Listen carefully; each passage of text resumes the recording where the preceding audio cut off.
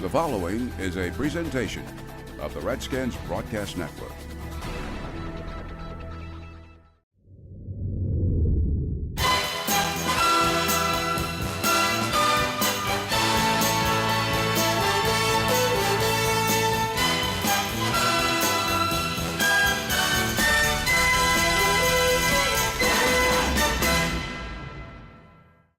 Welcome to Redskins Chronicles.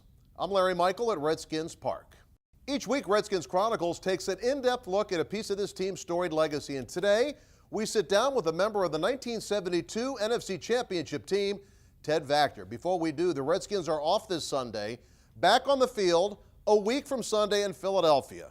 In fact, 4 of the last 7 games of the year will be played at FedEx Field, including a 3-game homestand after the trip to Philly. Now, last Sunday, the Redskins hosted San Diego, and it was the annual alumni homecoming event. And at halftime of the game, the Super Bowl 22 championship team was honored, and Doug Williams spoke on behalf of his teammates. Here's some of the highlights brought to you by Ameritel.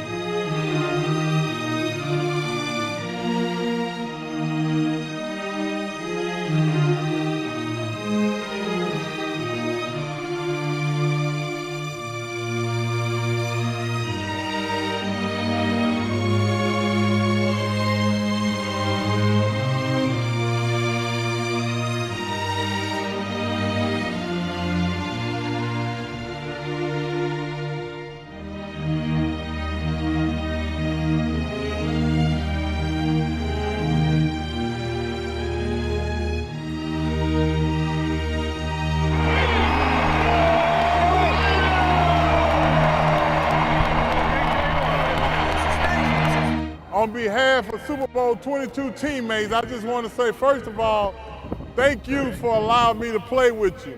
And I also want to say thanks to the Washington Redskins for allowing me to be part of this organization. But I also want to say to the greatest fans in the National Football League, the Washington Redskins fans, thank you for embracing me and my teammates and allowing us to do what we was able to do in 1988. So I just like to say thank you to all the guys who have played for the Washington Redskins, that are playing today and going to play tomorrow. This is one of the greatest legacy in NFL history. So again, thank you.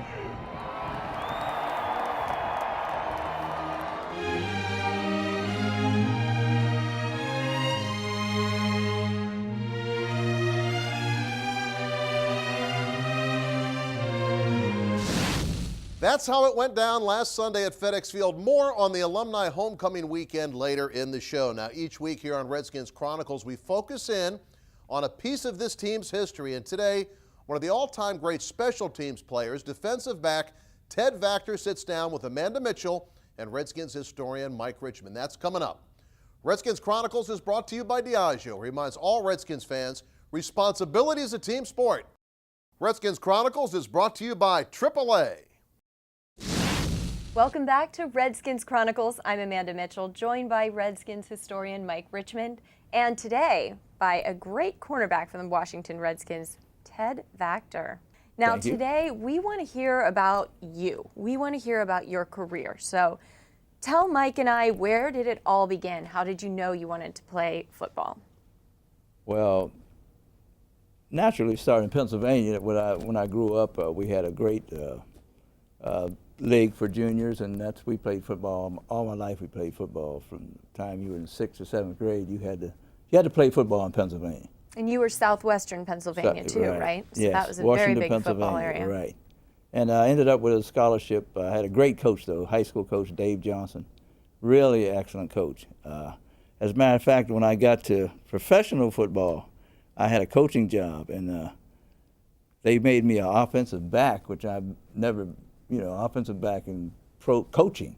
And I'm like, what am I supposed to do now? So all I did was use all the things that my coach had taught me when I was in high school. And what was amazing is these young guys that I'm coaching, they had no idea what I was talking about, which told me how far ahead of his time my coach was. Excellent coach. Made me realize how good he actually really was. But anyway, ended up in Nebraska as a defensive back. Played both ways back then. Had some great experiences. Had to end up covering Gale Sayers one-on-one. One of the guys that I met that was really an exceptional football player. Now, tell us what it was like playing for Bob Devaney, great college football coach. I've been real lucky with coaches, man. Bob Devaney, great guy. Always looked out for us when we were in college.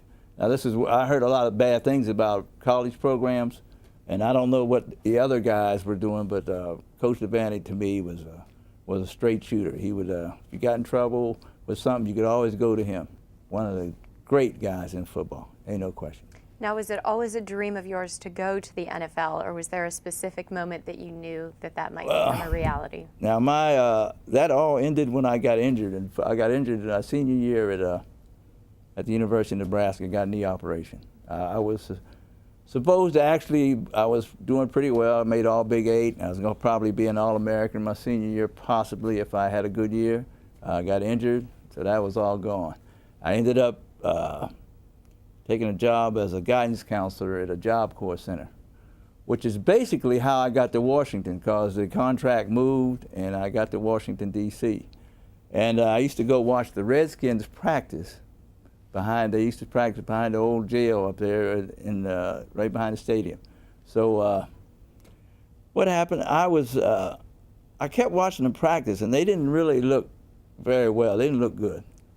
So I used to go home and tell my wife, I'd say, "Stay, I think if I got in shape, I probably could make this team." She'd go, "Quit dreaming, get out of here. Keep your job, don't put us out on the street," all right? So finally, Otto Graham was the coach. He gets fired. Vince Lombardi takes over. Now, in the meantime, I'm going down there harassing this guy, Tim Tamario, who was their guy, about getting a tryout. Because you couldn't buy tickets, to go to a Redskins game back in those days. So you couldn't get any tickets. So I'd go in there and harass him every day about a tryout. Well, the day that I was down there, one day, Vince Lombardi comes out the office. So I'm sitting there arguing with this guy about a tryout. And Vince Lombardi comes out, grabs me by the arm and says, "I'm looking for football players." Looking at his film, he said, "I need football players. Where'd you go to school?" He talked to me for a few minutes. He said, "Sign him up. I want to see him July the 10th. That's how I got a tryout with the Washington Redskins. What did you do to make this squad? Oh, well, one of the things at Nebraska, we do a lot of hitting. We always hit. Every time, actually we hit too much, really. I realize that now. But there was one play. Bobby Mitchell ran what they call quick slant. So I actually went to knock the ball down, and what happened was it's called like the necktie type thing, where he was looking this way, and my arm kind of got right underneath his chin. I mean, he got, usually when that happens, you go out quick. And he went down, and I was trying to catch him because I knew they were going to kill me for hitting this guy. I was just trying to knock the ball out, but man, Vince Lombardi come out there and cussed me out. He told me, "If you ever hit one of my receivers like that again, I will have you out of here on the next bus smoking." So I didn't hit nobody. I said, "Okay, hey, this ain't football no more. I'll stand out there, let people catch the ball."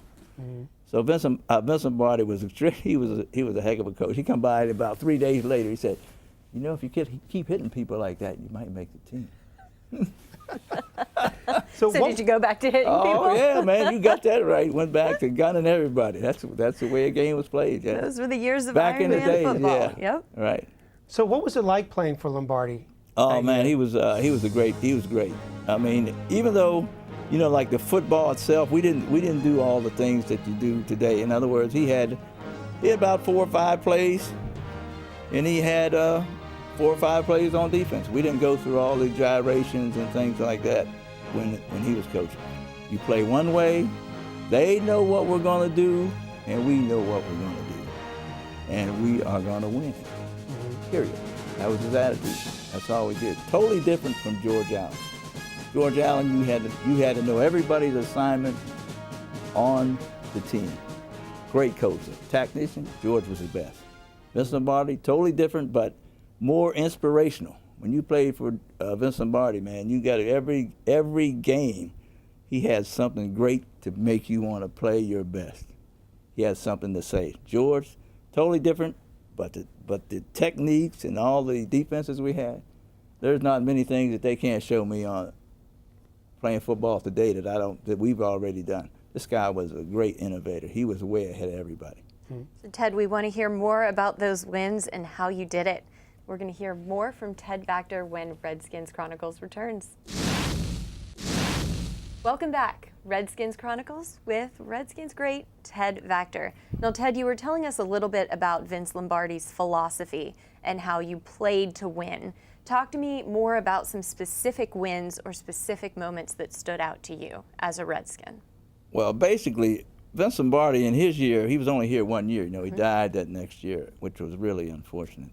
But we won with a football team that I was like, I couldn't believe that we could win. I mean, you know, with the guys, we were just that far behind when he started turning around. Of course, the following year, the next 2 years, I think George Allen came in. That's when we brought in a lot of old guys that I knew from Pennsylvania. I used to watch play, but they were smart. All those guys very intelligent. They all knew George's system, and we had a really, really good football team. We actually were not physically the best, but we were tactically way ahead of these people. We were playing light years ahead of them. They didn't understand all these zones and roll-up zones and nickel. We had nickel, dime, quarter, penny, all those things, and we just outsmarted him. He out-coached him, really, and he always outworked you. Our meetings lasted, when we played the Dallas Cowboys, you're going to be there all night long, figuring out everything that they possibly could do to us. Now, you in particular, you had an amazing ability to come off the edge when the opposing team was trying field goals and block that kick. Yeah. Take us through that. Yeah, that started when I was in high school. I used to bet them that they couldn't kick a field goal against me. So, and in Nebraska, I would tell him, you can't kick field goals, Coach. He said, well, I want you to rush. I said, Coach, if I rush, I'm going to block the kick. He said, that ain't going to happen. I'd block all the kicks. I blocked them. And George Allen, matter of fact, I blocked so many kicks that I said, Coach, I'm getting hurt hitting the ground. So he went out and got me a mattress to land on. See, that's how smart George is. And I blocked a ton of field goals. Ted, did you have a favorite year as a Washington Redskin? Oh, yeah.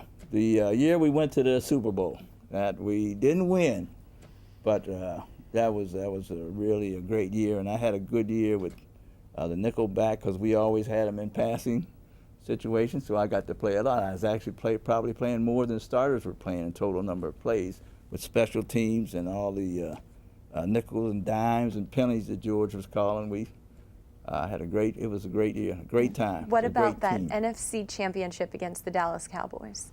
Oh, that was great. Yeah, that was fantastic. I thought the stadium was going to come down. I really did. I was like, man, we got to get out of here. These people are going to tear this place down. The ground was actually shaking. And I think what happened, I made a couple of nice tackles at the end of the game on a couple of guys. I think this guy's name was Sellers. And I shot him up in there. I cut, like the day when they have all these concussions. Well, I learned I was a cut tackler years ago. I stayed low to the ground, hit people low, and you could just lay on the ground and watch them come down. And that's what I used to do all my life, a head tackle, and I didn't like that very much. Now, of course, that NFC Championship game put you in Super Bowl VII. Right. And I want to ask you about the field goal that your Premian tried toward the end of that game. The Dolphins were up 14-0. He was trying a 42-yard field goal. When that kick, well, it wasn't blocked from what I understand, but when the ball came back and your Premian tried to tip it up in the air, you were trailing Mike Bass. I was wondering if you could take us through that. What happened was they didn't hit me, so he knew I had to kick. He was trying to wait for me to pass him so he could kick because he knew I had to kick. So when I went to block the kick, he kicked it late. I was already passing. The ball hit me in the back of the shoulder.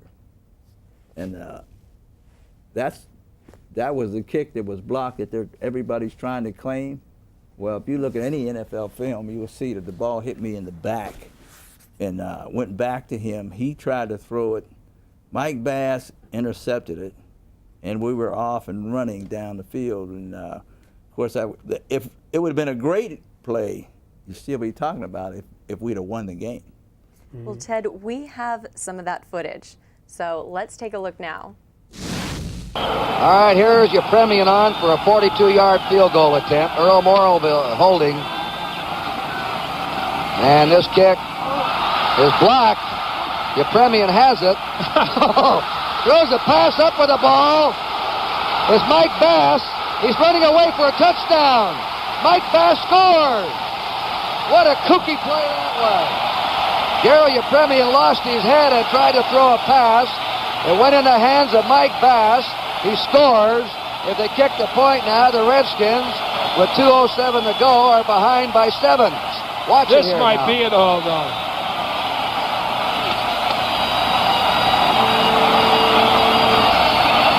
Low kick looked like Vactor in there, 29. Here's Yepremian. He lost the ball out of his hands, and it flops into the hands of Mike Bass, who made a good run here down the sideline. He outran Yepremian easily, and he scores, and now it's 14-6 Miami. Ted, I don't know. It looked like that ball hit your shoulder. It sure did. I know it did, because I had a big black bruise to prove that ball hit me right in the back. And of course, that means that the kicker knew I had the ball. He was trying to wait for me to go by, because he knew I had it. Because if they don't touch me, I got it. Well, that's why you're here with us today. So we really appreciate you taking the time, Ted. Thank you. Thank you for having me out. We'll check in with the Redskins next and see what's going on this week when Redskins Chronicles returns. Redskins Chronicles is brought to you by Diageo. Reminds all Redskins fans, responsibility is a team sport. Redskins Chronicles is brought to you by AAA. Welcome back to Redskins Chronicles. I'm Larry Michael at Redskins Park. A week from Sunday, the Redskins back on the field up in Philadelphia to take on the Eagles. But before we say goodbye on this edition of Redskins Chronicles, a look back to last weekend, the Redskins Alumni Homecoming weekend. Our colleague Gabe Hyatt caught up to the great Doug Williams. In fact, there was a parade around FedEx Field with all the alumni, the band, and the cheerleaders taking part. And the Redskins win the ball game, a thrilling overtime victory over San Diego. But just to see Doug Williams and the alums, it was a special weekend for the Washington Redskins. What does it mean to you to be associated with this franchise and be able to take this franchise to a Super Bowl victory? Well, there's no doubt for me, my career, this is probably one of the best things that ever happened to me to become, in 1986, to be a member of the Washington Redskins. When you talk about class, you're talking about organization.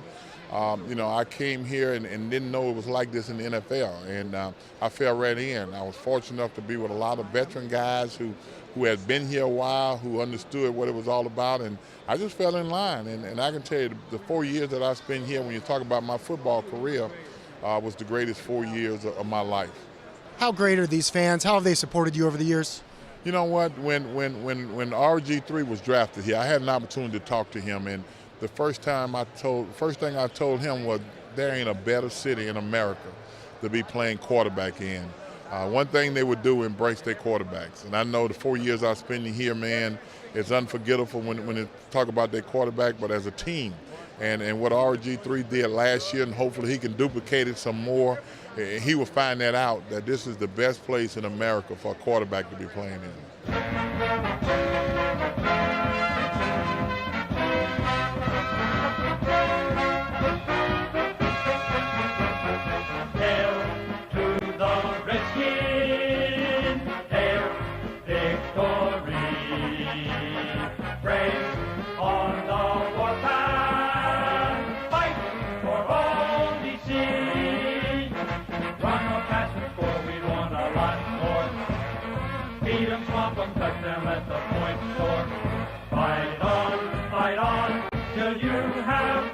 Sons of Washington, rock, rock, rock, hail. Hail to the Redskins.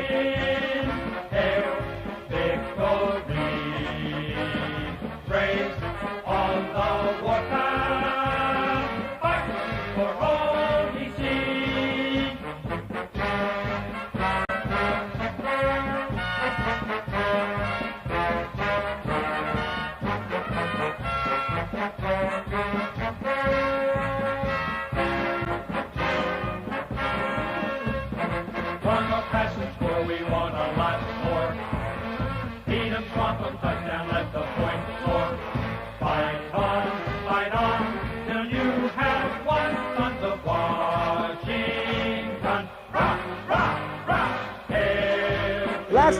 right here. Everybody rings up. Rings up. We got the rings up.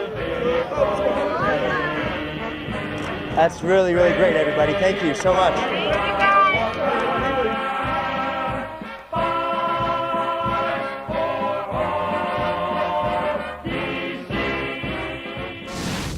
We thank you so much for watching this edition of Redskins Chronicles. I'm Larry Michael at Redskins Park, and we'll see you right here next week.